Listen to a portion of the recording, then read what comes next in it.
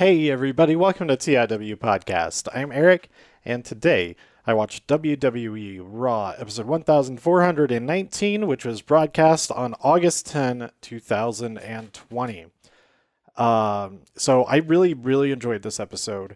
There's a lot of stuff. There are follow-ups from last week. Some stuff didn't follow up in the way that I thought was as satisfying, mostly the Retribution stuff. However, the Retribution stuff did set up a very important moment that was unrelated to them, but from a production standpoint, it made it possible to pull off a particular stunt later on. But I'll get to that. We open up the show. I think I missed the first couple minutes or so, but once I tuned in, we were seeing Seth Rollins make his entrance in order to have a contract signing with Dominic. And Dominic's contract was also such that he would become a WWE superstar officially. Joe is very entertained by how ridiculous Seth has been. And Seth goes on a rant about when is any of this ever going to be enough for you, the audience? And Dominic says, never. It's never going to be enough. And Seth says, all right, well, how about this? You're making a big mistake or whatever. How about you can use your kendo stick or whatever you want. It's fine. So I guess it's a hardcore match. No, or all weapons allowed. I don't know what exactly the stipulation is. And they signed the contract. The contract was not altered, but so did it already have it in there? I don't know. I'm pretty sure if you add something to the contract, you have to actually add it to the contract that you sign. But anyway, they both sign, and then they brawl, and then we get Seth Rollins versus Humberto Carrillo. Murphy attacks Dominic during the match, and they just or after the match, I think it was. Seth defeats Humberto, Murphy attacks Dominic, and then they stick it to him. They beat the crap out of him with kendo sticks. And man, it's a good thing that Ray is blind now, so he doesn't have to see what a horrible sight all those welts across his front and back look like. I don't know if that sentence ended up not being grammatically correct, but you know what I'm saying. We got a rundown of the Retribution events last week. Then we had Andrade and friends come out, and Zelina said, I'm innocent. It's ridiculous that you even think that I would do such a thing as poison somebody. And we get Dawkins versus Andrade. Let's see, more. I don't know what I wrote down. I have really bad handwriting sometimes. But Dawkins said something that I liked, but I don't remember what it is. But Dawkins wins that match versus Andrade. I think it was versus Andrade. It might have been versus Angel. But they entered to Andrade's music, so I'm pretty sure it was his match. And then Bianca attacks Zelina before Dawkins gets the win there because they tried to cheat. And then we get Bianca Belair versus Zelina Vega.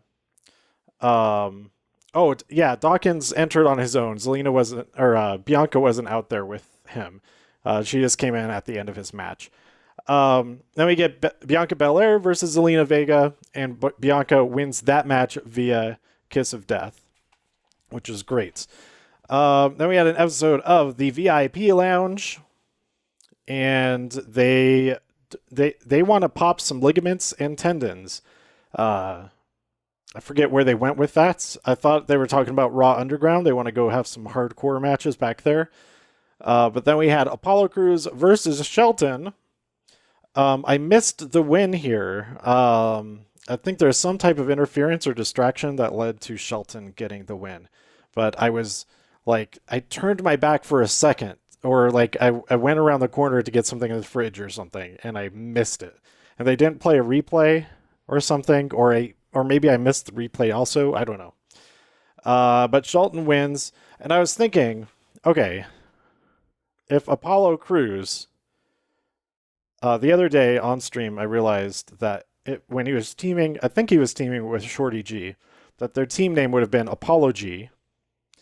And if Apollo led a faction full of very nice guys who were very polite and were apologetic if they ever, stepped over a line or something like that, they would be called the Apollo guys because they would always be apologizing.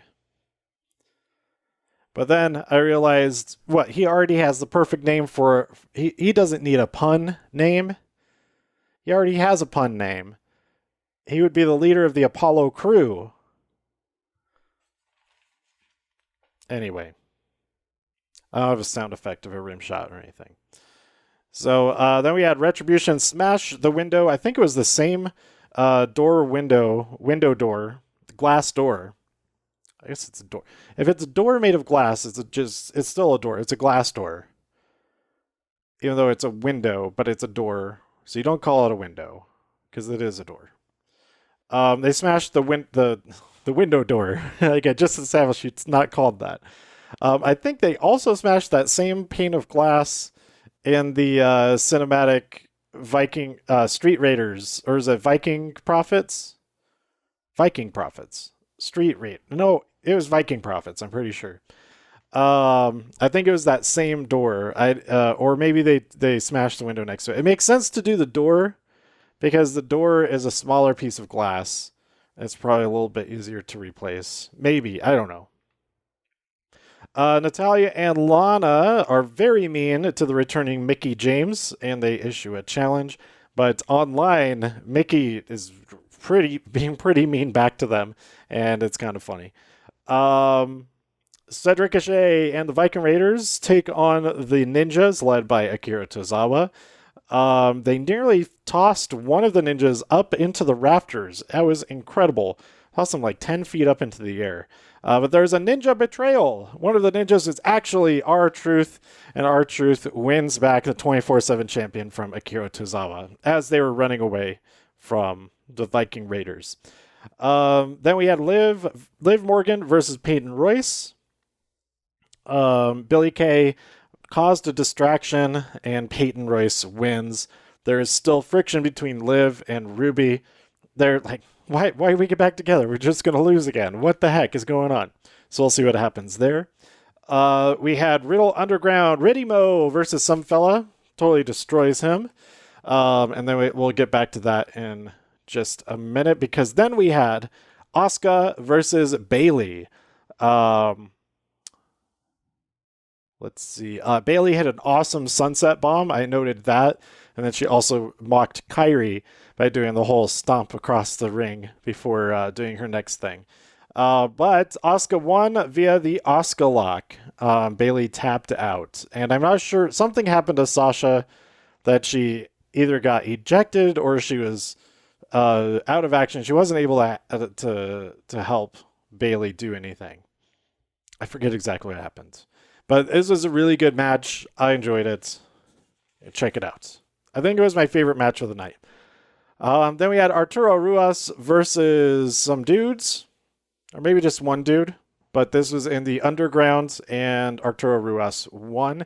But then Dabba-Kato kills some guys. Or he just kills one guy.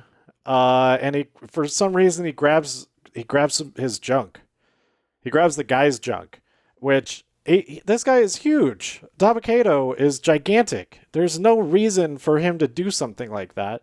He could just defeat them in any other way. So I don't understand that. But then Shayna Baszler arrives, and there's no takers to fight Shayna, and she starts picking on some of the women in the audience, drags them into the ring. Her friends try to help, but they get killed too, and she stands tall there in the middle of the Raw Underground ring. Meanwhile, outside, Retribution presumably have flipped a car, but we don't see them flip the car. I don't believe for a second that they could flip that car. But maybe Alexa Bliss is in here. Alexa Bliss could be in Retribution. It could be Bray Wyatt's team. Anyway. because she got some training from Braun Strowman on how to flip cars. But they're like just banging on a car that has already been flipped. We don't see it get flipped. Anyway, and then we get Randall Keith Orton versus Kevin Owens. Randy wins via RKO. Ric Flair is out there the entire time, and Randy says, "Hey, Rick, stay put. We're not done out here yet." So we go to commercial break, and then we come back. This whole great promo from Randy is like, "I can't be angry at you, but I should be, because I shouldn't even had this match today. I wasn't looking to fight Kevin Owens. I didn't need to defeat him." He says, "I don't respect or love you anymore because you're a liability to everything that I'm working for." And he says that I'm your son that you wish you had, and you're just an old ass man. An old ass man. But then Ric Flair delivers an equally passionate, even more so. It made me tear up a little bit. You say, I want you to beat my record. I want to be there for 14, 15, 16, 17. And all of that. It was great. And then they hug as Ric Flair turns around and get his jacket back or whatever. Randy hits him with a low blow. Rick collapses to the ground. He's trying to stay on his hands and knees. And then the lights, they start dimming from all the sabotage from Retribution throughout the last 2 weeks. And the lights go completely out as Randy runs in for the punt. And then we cut back to the lights. The power is restored. And Ric Flair is there, nearly dead, in the middle of the ring. Pretty awesome. Drew McIntyre runs out, comes to Ric Flair's side, and Randy Orton just slinks up the ramp, very proud, but also maybe conflicted about what he had just done. But it had to be done. It had to be done, and it was pretty great television. It wasn't a great thing to do, but it was very interesting to watch. I was certain that this was going to happen at SummerSlam, so it took me by surprise. I'm not surprised that it happened. I'm surprised that it happened so soon. I thought that was going to be like the awesome moment of SummerSlam, but instead, awesome moment to close out Raw. That's pretty cool too. So there you go. I enjoyed so much of this episode. The only thing really that I didn't like completely was that Dabba-Kato doesn't need to do that to finish off an opponent. What the heck? What the heck? He's literally 7 feet tall. You can't teach that. You can teach someone not to grab that, like not to assault somebody like that. My gosh. So I don't know. He could have just like been crushed his face. That would have been even more impressive. Anybody can grab down there. It's peanuts. Anyway, okay. That's so stupid. That's all. It's just a few minutes. NXT starts, so I'm going to wrap it up here. Let me know what you thought by tweeting me at TIW Podcast. Go to TIW Podcast for more reviews. If you enjoyed this episode or anything else on the site, please share some links with your friends. Subscribe in iTunes, Spotify, Stitcher, wherever you like to listen to your podcast. Stay safe out there in all of the infinite multiverses, and I'll see you next time here on TIW Podcast. Bye.